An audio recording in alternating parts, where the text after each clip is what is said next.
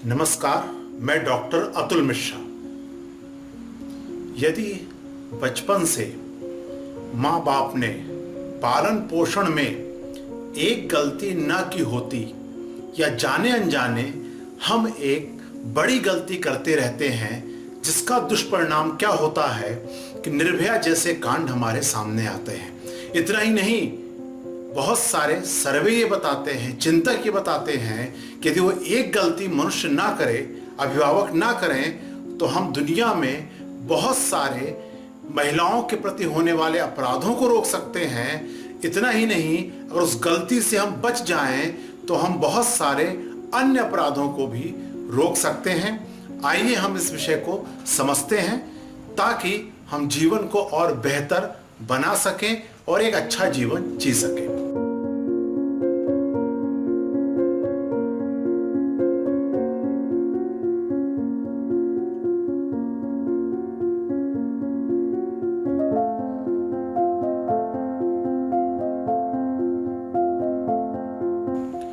बचपन से पालन पोषण होता है। उस पालन पोषण में एक बात बार बार की जाती है, और वो है कि लड़के और लड़कियों में भेद करना। अभी हम देखें कि अभी उत्तर प्रदेश में हाथरस हो या बलरामपुर हो, यहाँ भी घटनाएं आई जिसमें कि महिलाओं के प्रति, लड़की के प्रति न सिर्फ बलात्कार हुआ बल्कि जो है उसे क्रूरता के हद तक दुर्व्यवहार भी हुआ। इसके पहले अगर हम लोग निर्भया कांड के बारे में पता होगा कि जब दिसंबर के महीने में 2012 में 16 दिसंबर को दुर्व्यवहार किया गया, और दुर्व्यवहार करने के बाद जब उसने प्रतिरोध किया तो उसके साथ क्रूरता का व्यवहार किया गया। इस तरह की घटनाएं वह हर जगह हो रही है और पूरी दुनिया में माना जाता है कि 2.5 लाख से ज्यादा मामले पूरे साल भर में आ रहे हैं। अब इसका कारण क्या है? इसके बहुत सारे कारण हो सकते हैं, लेकिन हम सब पे ना जाकर सिर्फ एक बिंदु पे बात कर रहे हैं कि यदि बचपन से पालन पोषण करने में हम लड़का और लड़की में भेद ना करें तो हम इस समस्या को बहुत हद तक रोक सकते हैं। इसका अर्थ क्या हुआ? हम सब जाने अनजाने इस कुकृत्य में शामिल हो जाते हैं यदि हम भेदभाव कर रहे हैं। जैसे कि ऐसा क्यों होता है कि एक लड़के को या पुरुष को यह लगने लगता है कि लड़की जो है उसकी बात मानने के लिए बाध्य है महिला। अगर सामने वाला उसकी कोई बात नहीं मानता है तो वह क्रूरता की हद तक चला जाता है। भाई, बलात्कार के साथ साथ अगर आप देखें तो क्रूरता, जो हिंसक घटनाएं घटती तब और ज्यादा हैं जब कोई महिला मना कर देती है, ना कर देती है कि हम तुम्हारा आदेश या तुम्हारे अनुसार नहीं चल सकेंगे। इसके मूल में जाए तो बचपन से हम ये भेद देखते आए हैं।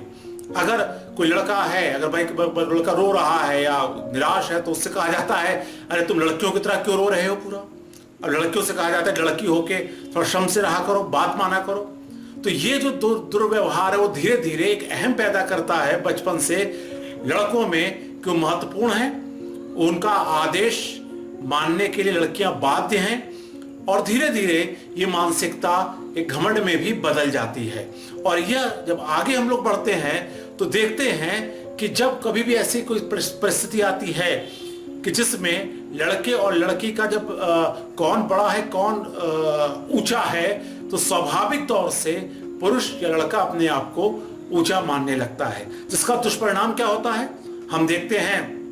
ये इस तरह घटनाएं तो होती है, निर्भया जैसे कांड घटनाएं होती हैं, लेकिन इसके साथ साथ एसिड अटैक क्यों होता है कि सामने वाले ने मेरी बात क्यों नहीं मानी।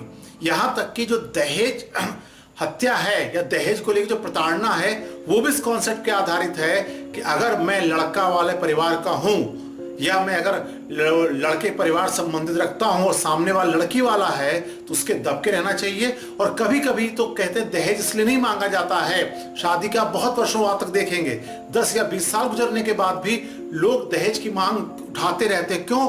ताकि वो अपने वर्चस्व को बढ़ाते रहें। इसलिए अगर हम लोग पालन पोषण में समान व्यवहार करें, लड़की को भी लड़के के बराबर महत्व दें, तो धीरे धीरे यह मानसिकता लड़कों में नहीं फैलेगी कि वो महत्वपूर्ण है और जो लड़की है वो अन्य के तौर पे, अन्य के लिए बने होना, उसके लिए बने होना है। और ये जो पालन पोषण का है, ये ऐसा नहीं है कि सिर्फ ये समाज में अगर किसी लड़की को नुकसान पहुंच रहा है, किसी महिला को नुकसान पहुंच रहा है, तो ये पूरे समाज का नुकसान होता है, क्योंकि बहन, बेटी, माँ भी हर परिवार से जुड़ी हुई होती है। आगे बढ़ के नुकसान खुद उस लड़के या पुरुष से भी होने लगता है। आपने देखा होगा कि बहुत सारे आत्महत्या की जो खबरें आती हैं कि किसी पे कर्ज ज्यादा हो गया, अपने परिवार नहीं चलाने पाने में उसे लगा तो उसने आत्महत्या कर ली। अगर किसी को लगा कि अगर वो अपनी जिम्मेदारी नहीं निभा रहा है तो आत्महत्या कर ले रहा है। कभी कभी ऐसा होता है, वो निराशा में बहुत जाता है। क्यों? क्योंकि गलत एक कॉन्सेप्ट बैठा दिया गया कि अगर पुरुष है, लड़का है तो अहम होगा। अहम क्या होगा? एक वर्चस्व का अहम होता है।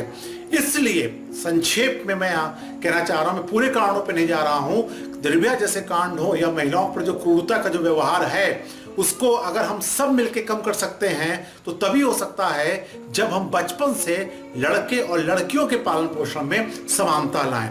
और अभी भी जो जितने भी धर्म हैं, जितनी भी संस्कृतियां हैं, सामान्यता इस भेदभाव को सामने लाती हैं। इसलिए इतना सरल नहीं होता है। हमें अपने धर्म से, अपनी संस्कृति से उन बातों को हटाना पड़ता है जो बातें लड़का या लड़की में भेदभाव पैदा करती हैं, और जाने अनजाने हम सब दोषी हो जाते हैं। हमें शुरू में लगता है कि हम कुछ संस्कार की बात कर रहे हैं, लेकिन आगे चलकर ये लगता है कि जो हम लोगों ने संस्कार दिए, उस संस्कार में लड़का या लड़की की समानता ना होकर भेदभाव था, उस संस्कार ने धीरे धीरे उस लड़के को भी नुकसान किया है, और साथ में निर्भया जैसे कांड जो लड़कियों के प्रति क्रूरता दिखाते हैं वो हमारे सामने आते हैं। इसलिए अगर एक पालन पोषण की इस गलती को हम लोग सुधार लें तो बहुत दुनिया में हम हिंसा को रोक सकते हैं। एक सर्वे ये भी आया था, ज्यादातर आतंकवादी जो है वो पुरुष ही बनते हैं। क्यों?